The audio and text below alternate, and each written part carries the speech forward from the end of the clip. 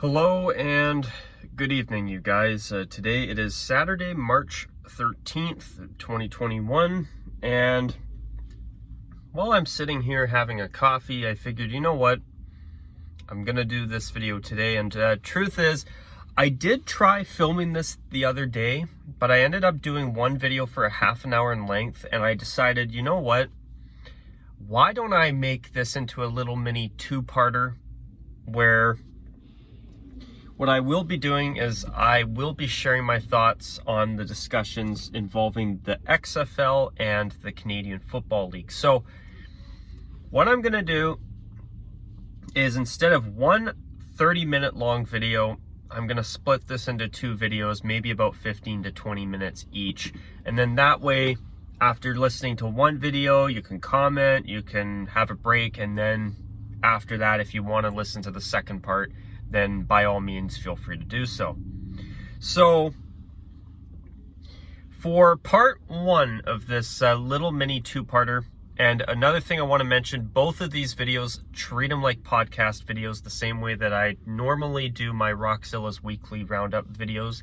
But as I say that, tomorrow, I'm going to make a little bit, I'm going to let you in on a little secret a day early. Truth is, I am actively considering doing a jersey backdrop, and I think you guys might actually like it. Sometimes I like to change it up just so you get to see something other than a black screen. But yeah, this video in the second part will not have any visuals, so feel free to just listen to it on the side if you're doing something else. I'm trying to do a better job of making sure I let you guys know that, hey, this video will have no visuals. And I'm trying to make it a habit of mine not to do that any later on than after the 3-minute mark in the video. I don't want to get to a point anymore where I'm into a video like 15 minutes saying, oh, there's no visuals. And then you're thinking, oh, well, thanks, Captain Obvious. But anyway, I want to now get into this topic. Sorry for taking a little bit of time to get into it, but what I will be doing is I will be sharing my thoughts on these conversations that have been supposedly taking place between the XFL and the CFL. So, my thoughts are that basically, if the XFL and the CFL decided to create some type of partnership that could help make the XFL a league that can actually become an annual staple in the sport of football, and if it can help make the CFL a league that actually has a much bigger and much needed fan base increase, I think all of that would be great, personally. But unfortunately, I know that the CFL has been struggling, and it has been struggling for probably a lot longer than they're willing to let on. I know that with the CFL every year, when it comes to revenue, I know they don't make a lot, or players would actually be able to make, you wouldn't just have the odd rare anomaly like, say, Mike Riley as the quarterback of the BC Lions, who makes $250,000 a year, and that's like your highest salary in the CFL. If they actually were doing a lot better financially, players could probably make anywhere between maybe $250,000 to up to $1 million. But, you know, I know that the CFL doesn't make a whole lot of money, and that's also why, unlike certain other leagues that make billions of dollars every year that I'm not going to mention, they actually need their ads on their jerseys, unfortunately. As much as I hate jersey ads, in the CFL's case, all right, I understand. But for other certain multi-billion-dollar-a-year leagues that I'm not going to mention, they don't need to have ads anywhere on their uniforms, whether it's a jersey or a helmet. And yes, I've heard about, I've been hearing the little thing that Gary Bettman, who's the commissioner of the NHL, said recently, that the ads are probably going to stick around on the helmets. Yeah, don't worry. I probably will have some type of glorious rant on that coming soon too, by the way, for anybody interested. But, you know, I do believe that a partnership with the XFL and the CFL could be a great thing for both leagues.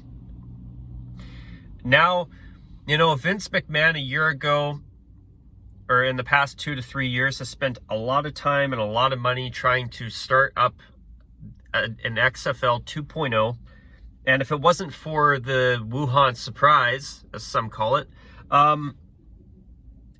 yeah, you know, maybe you would actually find that the XFL would be here today still, if it wasn't for the pandemic. So I understand that the XFL is trying to find some long-term consistency, which they've never had. They've never been able to have back-to-back seasons before. And in fact, because of the pandemic, what ended up happening is the XFL was obviously sold to Dwayne Johnson, his ex-wife, Dany Garcia, and I believe Redbird Capital, if I'm not mistaken. So, you know, with the XFL, I understand that, you know, they're trying to get off the ground. Finally. It's only taken, what, 20 years? Yeah, it's a shame because last year the XFL did such a damn great job, in my opinion. If it wasn't for the pandemic, I know they'd be back this year. I mean, the St. Louis Battlehawks were actually drawing really great crowds for a first-year league, drawing 30,000 plus fans to their games in St. Louis. And you know what? I honestly believe that those football fans out there in St. Louis, wherever you are, St. Louis, or if you were a St. Louis Rams football fan, or a fan of the team, that's what I meant, you know, I think there's a lot of St. Louis football fans that actually live in St. Louis that weren't just fans of the Rams, but actual football fans in general, that kind of feel they have something to prove and say, hey, our city does give a damn about football. And I do believe that 100%, you know. I mean, I'm happy that the Rams are back in LA. I just don't like the fact that St. Louis lost their team to get a team back in LA.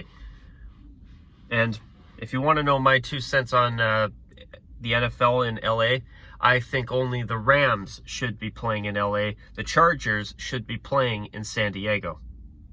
But obviously, that's my opinion. But yeah, you know, with this whole partnership talks, I actually think it could be a really, really good thing depending on what the partnership's gonna look like. You know, if the CFL served as some type of development league for the XFL, where players that play for the XFL could go and play for the CFL after that season, I honestly believe that could be a really good thing. And you would have more eyes on the CFL from the United States, which I think could actually be a great thing for the CFL and give it some much desperately needed exposure at this point in time. And here, I just hear a truck backing up, so I took a second there to pause. But yeah, you know, it's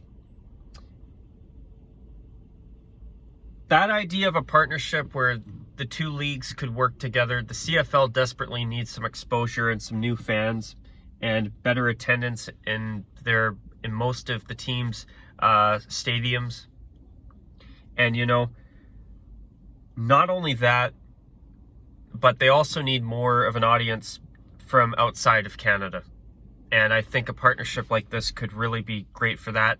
It was interesting hearing that that there are talks taking place right now, and I heard it from a channel called The End Zone, and I want to quickly give him a little mini shout out because, in my opinion, that guy does a really great job with his channel, and I like that he talks about the CFL.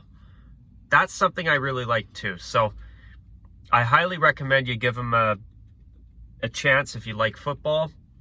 But yeah, when he made his first video talking about the XFL CFL partnership talks, that really caught my attention right away because obviously I'm a CFL and an XFL fan, eh? But here is where I'm going to start to wrap up part 1 of this mini series here. And I'm going to just start by stating this. I've also heard that those talks could be about a potential merger. And what I'm going to do is, I think I will talk about that in part 2. And I'll share about my thoughts about a potential merger. And I'll do that separate. And then we have 2 videos, and we don't have a half an hour to a 40-minute long video that you're sitting there listening to. And, you know, probably not fully paying attention to it, which I understand, by the way. I totally understand if you don't. But I think doing it this way, splitting it between 2 videos, is a better way to go. But yeah, I mean, I think some type of development partnership between the XFL and the CFL, so that the XFL can work with a league that's long established, and for the CFL to have the ability to have a bigger audience in the United States.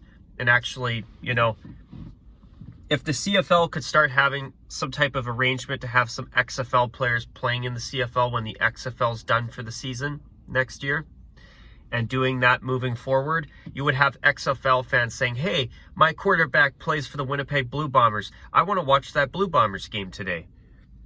Or, you know, you have a different situation where, oh, this running back looks really good. I wonder if he'll go to the NFL. He did a great job in the XFL, and now he's playing for the Toronto Argonauts. Maybe I will watch. And who knows, maybe when this whole pandemic is finally over, which hopefully that's going to happen sooner rather than later, obviously, you know, maybe you'll get some XFL fans saying, hey, you know, maybe I'll go check out my favorite player playing just on the other side of the border from me up here in Toronto or Hamilton or Ottawa or Montreal or whatever. You know, maybe you'll get some fans traveling from the United States to come and see some games here in Canada. Hey, I mean, if that helps our teams and the CFL generate enough money to survive moving forward, hey, I think that could be a great thing for both leagues. You know, I mean, I already am a fan of the XFL. I was happy with what I saw last year up until the pandemic started around this time a year ago. And when it does start up again, I do intend to watch it again. I think the XFL did a great job considering the circumstances. And, you know, I do hope that when the XFL does start up again, I hope they just leave all of the existing teams alone. Do not relocate them. Make sure that this league at least can have a successful completion of 1 full season and maybe a second season after that before you start moving things around and moving teams around and adding teams and etc. But anyways, I'm going to call it a wrap at this point.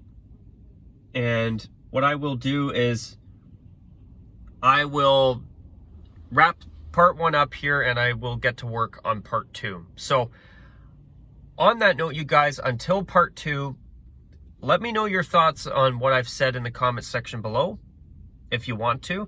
And let me know what you think about a potential partnership between the XFL and the CFL, which I do think could be a great thing for both leagues. But anyways, on that note, guys, I'm going to wrap this part 1 up, and I'm going to jump right into part 2 at the conclusion of this video, literally. So on that note, you guys, take care. And as always, bye for now.